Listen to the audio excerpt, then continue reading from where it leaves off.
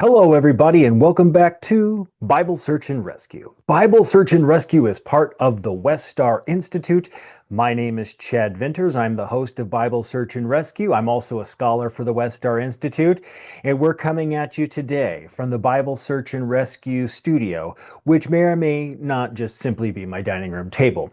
And today we're going to follow up and we're going to do part two of our two-part series on who was the Ku Klux Klan.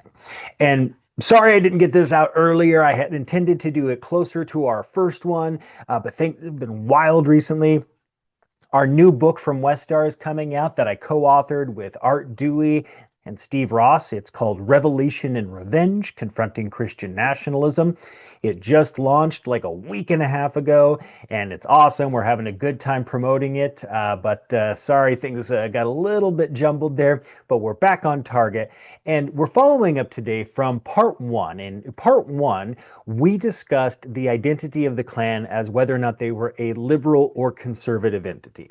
And you can go back and you can look at that episode. And what we showed from the sources is that the Klan was a self-identified conservative movement. Now, the question that might naturally come up, and some of you did ask, is, well, what does that mean? What does it mean for the Klan to be a conservative movement? And that's what we're going to look at today in part two. We're going to take a peek inside of what the Klan's motives were, their vision for what America should be, and what all of that meant. So hopefully this will answer a lot of questions and will put some perspective on the Klan, and also be a little bit eye-opening as to the thoughts that the Klan had in the past and what you may see in the present that sounds an awful lot like Klan ideology. So let's jump in and let's take a look and see what the Klan believed. Alexander H. Stephens, in March of 1861, gives the cornerstone speech of the Confederacy. And in the speech, he goes back to this issue of whether or not slavery was an injustice. And he talks about these debates that were being had during the formation of the Constitution. And he makes very clear the Confederacy's stance on what the true nature of slavery meant for the Confederacy. This is what he said in that speech. Those ideas, however, were fundamentally wrong. They rested upon the assumption of the equality of races. This was an error. It was a sandy foundation, and the government built upon it fell when the storm came and the wind blew. Our new government is founded upon exactly the opposite idea. Its foundations are laid. Its cornerstone rests upon the great truth that the Negro is not equal to the white man, that slavery, subordination to the superior race, is his natural and normal condition. This, our new government, is the first in the history of the world based upon this great physical, philosophical, and moral truth. Now, there's a couple of things that stand out there. The first and foremost is, notice he does not say that the government is founded upon the belief in states' rights. That's not what he said. He says it black and white. This government is founded on the principle of white supremacy. Pure and simple. The other thing to note is the way that he refers to both the storm came and the wind blowing and the cornerstone. These are all biblical references. Not only is he saying that the foundation is white supremacy, but the white supremacy they are founding it on is divine. It's a godly and Christ-like way of starting a government. So understanding that background is important for us to understand how it is that the Klan emerged. Because the Klan was founded by half a dozen or so former Confederate soldiers following the loss of the Confederacy in the Civil War. And there's a couple of dates given as to when exactly the Klan started. One is December of 1865, the other is May of 1866. Whichever one of these happens to be the right date, if either, what it boils down to is somewhere in late 1865 to 1866. The Klan started as a very small group of people, but it also very quickly exploded down south to the point where at one juncture they are estimated to have had as many as perhaps 500,000 people that were part of it. Whether that number is an exaggeration or not, probably so, but it tells you that there was a lot of folks involved. In 1867, the Klan became a militarized group because they turned to former Confederate General Nathan Bedford Forrest, who became the first and only Grand Wizard of the Klan, and he really helped them militarize as a group. Now, the question would be, what was the group's ideals? Why did they need to militarize? Well, in the beginning, it all seems like the Klan was just some patriotic group because, after all, they swore an oath to the United States Constitution and they declared their utter patriotism. So it all seemed like it was on the up and up, but of course, something seems to be wrong that it would be on the up and up because they were all wearing masks and they were hiding themselves and they were engaging in criminal activity. Well, when we read from S.L. Davis, who was a Klan apologist writing in the early 20th century, we start to see exactly what was going on in those early meetings. She writes, "It was at this meeting that the Ku Klux Klan formulated the policy of white supremacy in the South as the work to be done by the Ku Klux Klan, and they determined that social and political equality of the races should never be established in the Southern states." In other words, the Klan didn't care if the 13th Amendment had passed. They didn't care if the 14th Amendment had passed. They didn't care about any laws regarding the nature of equality. They set out to disrupt and to prevent Reconstruction. They had no intention of allowing the loss of the Civil War to mean equality for Black people in the South. And in fact, whenever we look at documents related to the Klan from this early iteration in the 19th century, what we see is that among the questions that would be asked of a potential Klansman, remember, this is a secret society, so everything is on the down low hush hush, but regardless, a lot of material leaked into the future. What we see is that when they were asking questions of potential Klansmen, these were some of the things they asked. Did you belong to the Federal Army during the late war and fight against the South during the existence of the same? Are you opposed to Negro equality, both social and political? Are you in favor of a white man's government in this country? Are you in favor of constitutional liberty and a government of equitable laws instead of a government of violence and oppression? Are you in favor of maintaining the constitutional rights of the South? Are you in favor of the reenfranchisement and emancipation of the white men of the South and the restitution of the Southern people to all their rights, alike proprietary, civil, and political? Do you believe in the inalienable right of self-preservation of the people against the exercise of arbitrary and unlicensed power? What the Klan's real issue was like so many Southern folks, they could not bring themselves to accept that Black people were equal. And as part of that, when the Klan talked about swearing their allegiance to the United States and the Constitution, what they really meant was swearing allegiance to the parts of the Constitution that they felt were the true Constitution. And that was that the United States was a white country for white people. And because of that, they saw no room for the allowance of equality of races, socially, politically, etc. They did not have an interest at this point in allowing Black people to vote, etc., etc. There was none of that. In other words, in the 19th century, when the Klan began, and their motivation for calling themselves conservative was pretty simply what you might think coming from a Confederate ideology. They could not stomach the idea of equality. And because of that, they had every intention of utilizing clandestine efforts to maintain constitutional liberty for white people. For Black folks, not so much of a concern there. They were interested in their own constitutional liberty. They were interested in conserving the South as it was prior to the Civil War. Now, they could not legally have slaves because of the 13th Amendment. At least they couldn't own slaves personally. The ability to arrest Black people and then put them into prison and enslave them, that was a different story. That's part of the 13th Amendment loophole. But as we see the way in which Klan apologists, so for example, Rose was the daughter of a Klansman. She writes in regards to this period, 4 million slaves suddenly emancipated with no realization whatever of the responsibilities that freedom brought.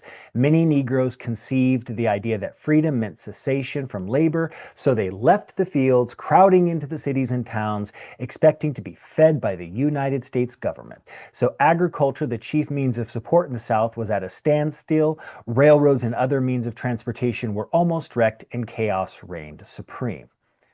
Now, what's fascinating about this is that, first of all, today it's very common to continue to hear these same racist stereotypes that blacks or Mexicans or whoever it is, whatever minority group seems to be irking somebody at that time, that these people are lazy and they just want to live off the government.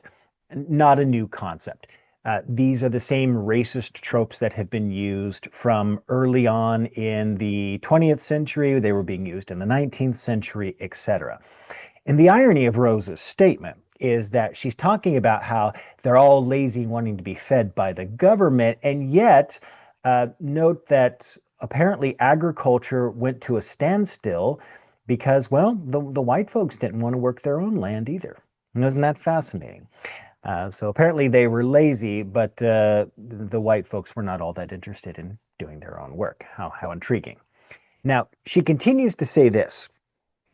The Negro considered freedom synonymous with equality, and his greatest ambition was to marry a white wife. Under such conditions, the Negro, clothed with all authority and outnumbering the white 2 to 1, open resistance would have meant instant death or being sent to some northern dungeon there to languish and die, leaving loved ones exposed to dangers too terrible to contemplate at the hands of these brutish despots.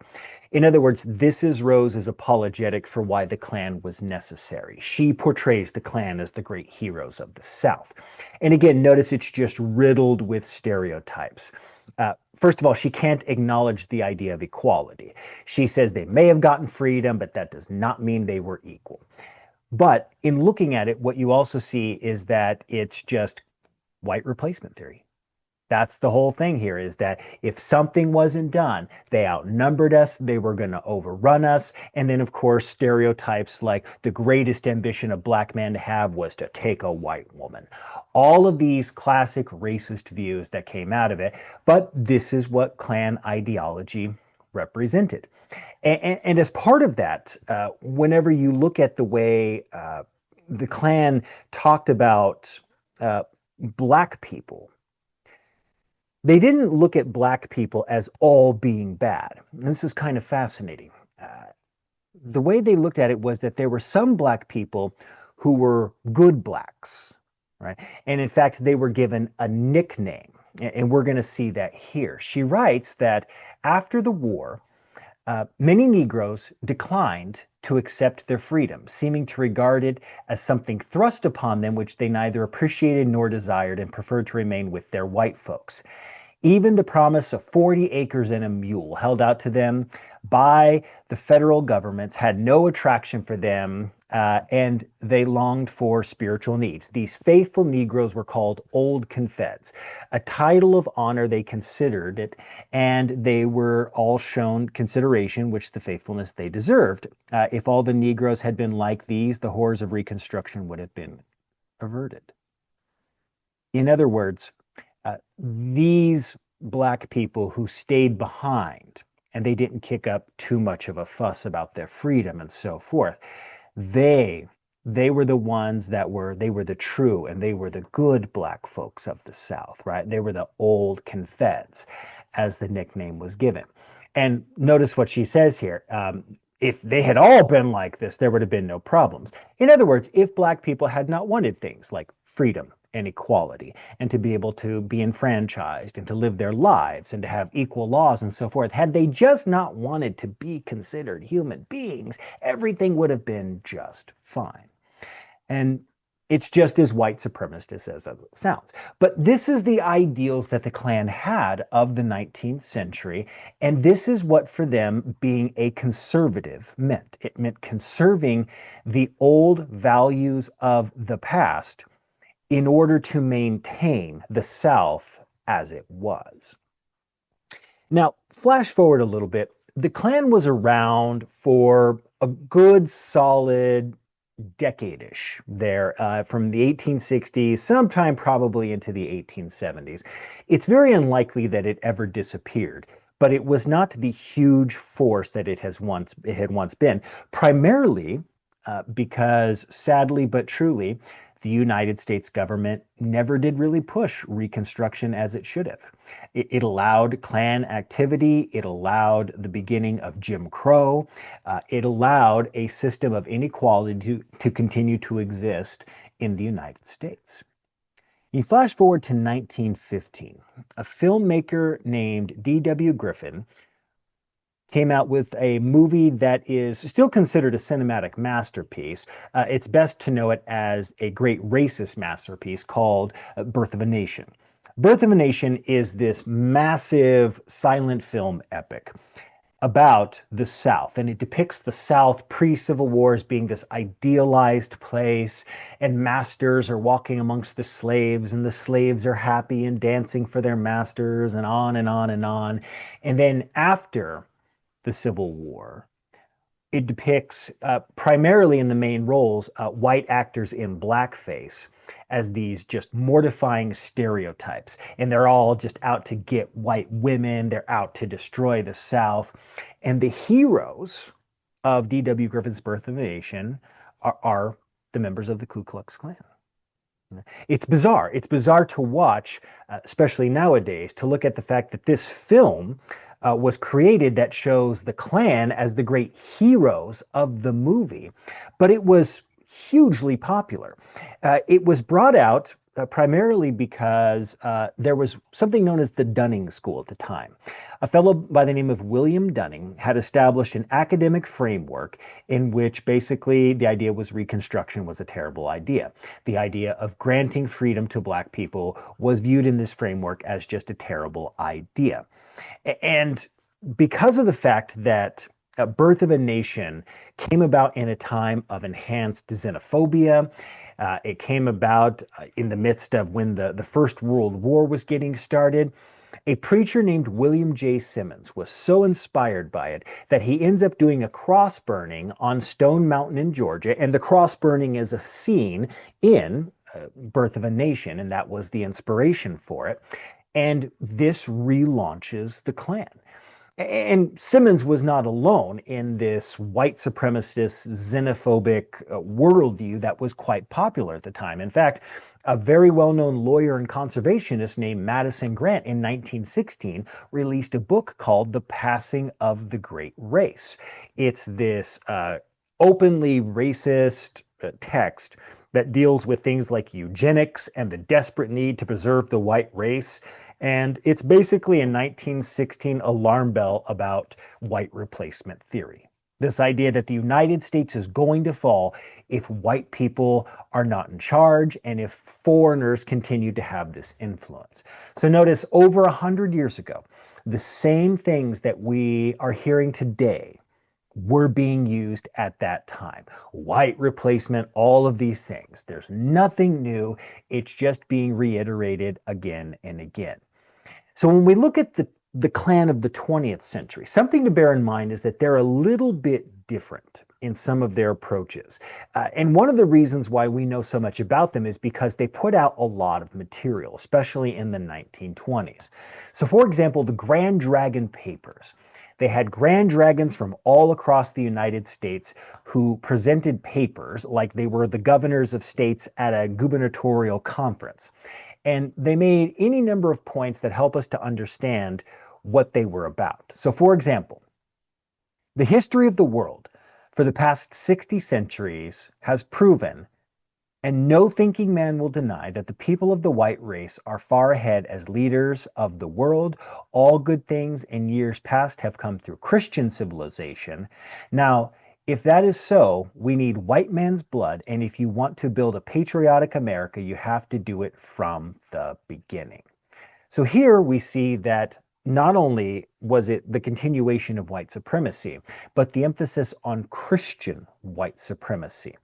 Everything good has to come through a Christian civilization.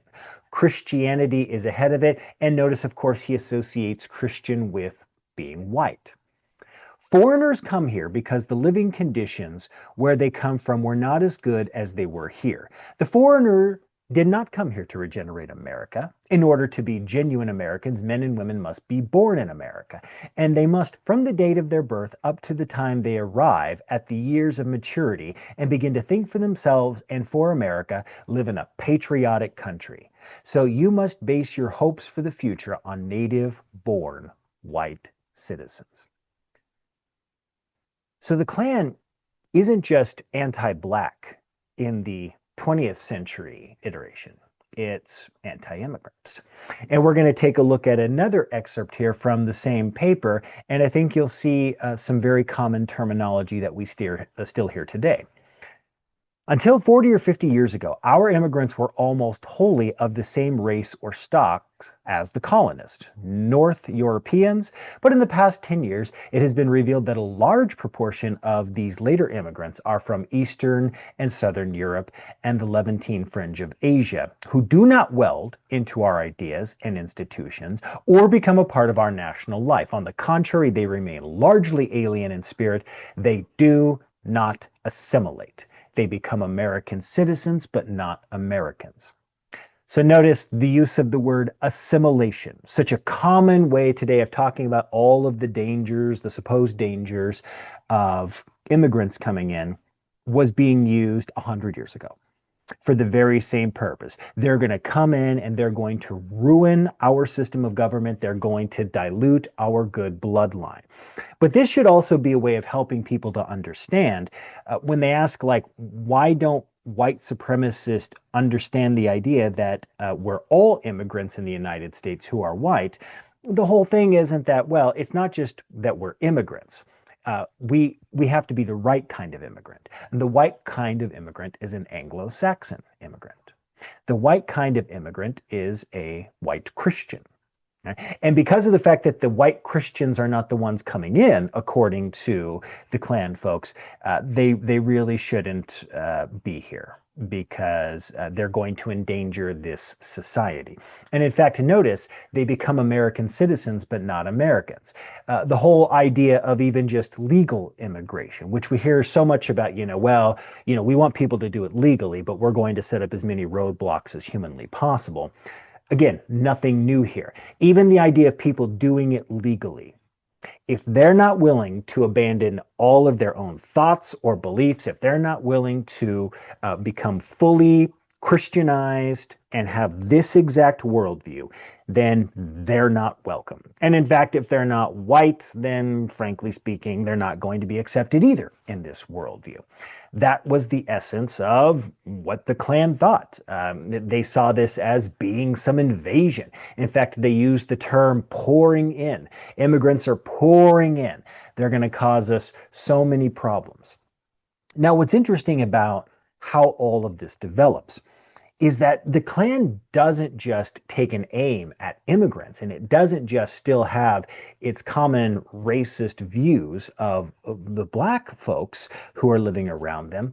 They actually add some additional folks to the list who are no longer welcome. For example, we see from the Grand Dragon Papers once again, on all sides, we are met by peoples of self-interest, people envious of American liberty, American prosperity, and white civilization. There is the Jew or the exploiter. His eye is on the prosperity, wealth, and resources of America. He would have American wealth for his own. There is the Roman Catholic or moral tyrant. Fearful of American religious liberties, freedom of speech and press, he would interfere with the sacred right to pass the American love of liberty down to posterity through our truly American public school system. He would deny you and me the right to worship God in our way and have us bow down our heads in worship to his foreign pope. Americans, this is no myth. There is the Negro or race usurper. He would have American civilization and culture. He would replace white supremacy. The untaught would fain be teachers. Even now, Jewish folks and Catholics are part of the no-go list. And so sometimes people have asked me when I've taught in the Klan in the past, why would that be? Well, it's not that surprising, because first of all, anti-Semitism as part of Christian belief has been around for a very, very, very long time. Christianity has placed a significant blame on the Jewish people for the death of Jesus, et cetera, and their unwillingness to acknowledge Jesus as the Messiah. And so that has led to, I think we all understand, horrifying things that have come to the Jewish people.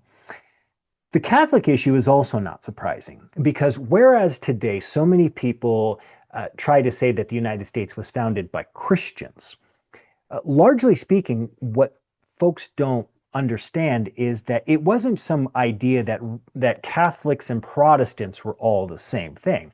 Quite the contrary, much of the United States was deeply rooted in Protestant thought and was a bit wary of Catholicism. Catholicism sort of had its own corners, but overwhelmingly, it was Protestant. You think about any number of the folks who came here originally part of the Church of England or Protestant movements or puritanical movements, they were Protestants. And so there has long been this sense in which Protestantism is the true form of Christianity in the United States. And that's what the Klan imported.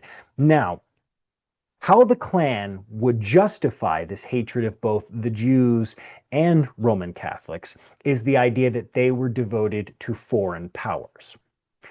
The Catholics are devoted to their foreign pope, or they're dedicated to Rome, and the Jews are dedicated to the foreign ideology of their Middle Eastern world. And then, of course, you see the very obvious, horrifying stereotypes that the Jewish people are just out to hoard money and so on and so forth.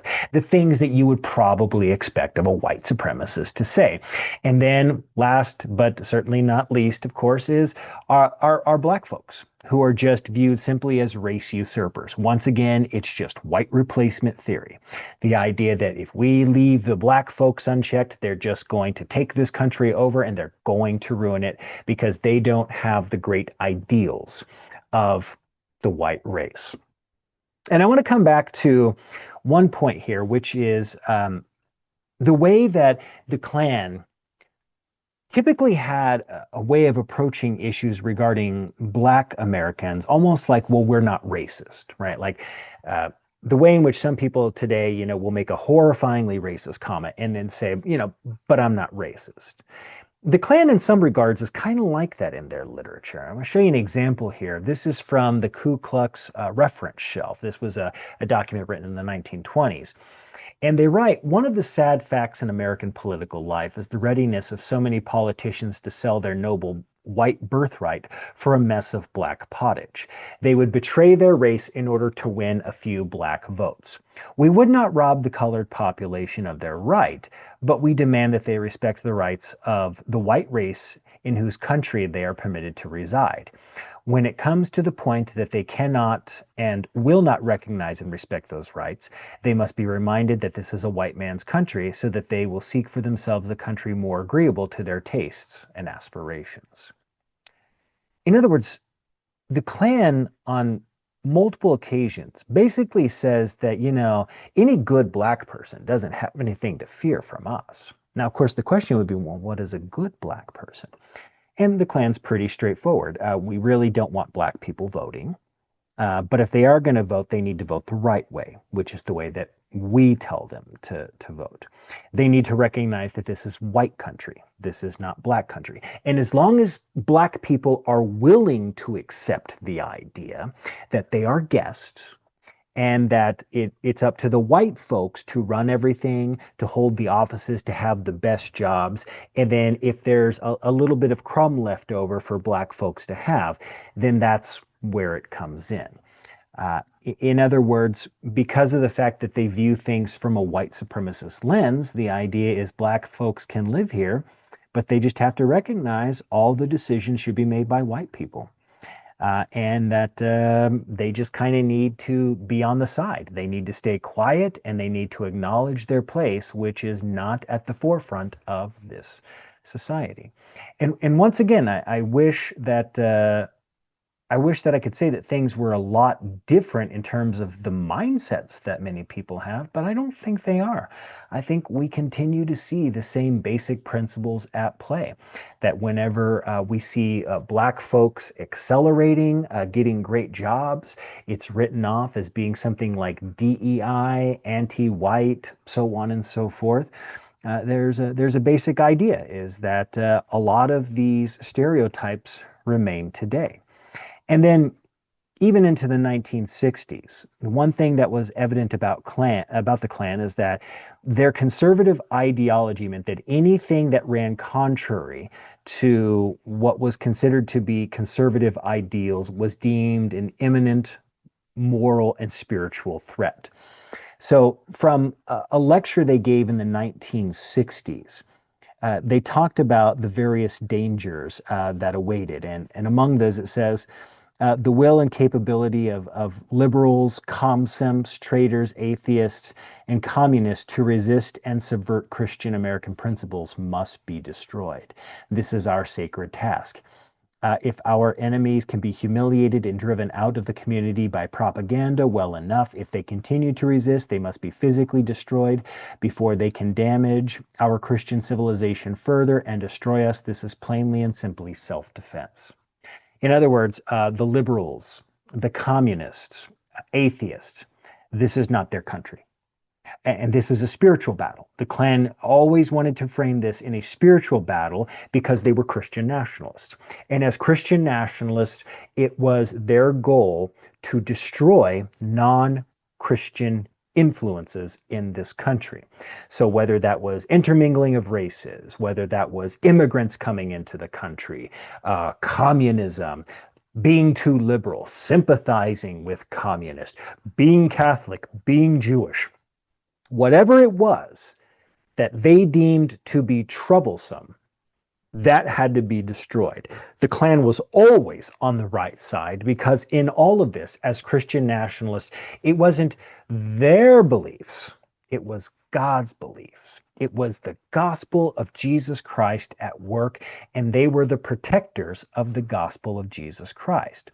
But as with any good Christian nationalist in the United States, they intermingled it with their devotion to the United States Constitution. They talk about this over and over again in the literature, their devotion to the Constitution, how they uphold the laws despite the fact that they were consistently breaking laws in order to intimidate and murder and so on and so forth. But the idea is that it's self-defense, right? Because self-defense is legal, a Klansman can basically justify just about anything under the principle of, hey, if you're not willing to leave this white Christian nation alone, and you're trying to disrupt that white Christianity, then we have every right to try to destroy you in self-defense, because as they would believe, this is a nation that God had given to white Christians. And it was the white Christian obligation to maintain this civilization as their home.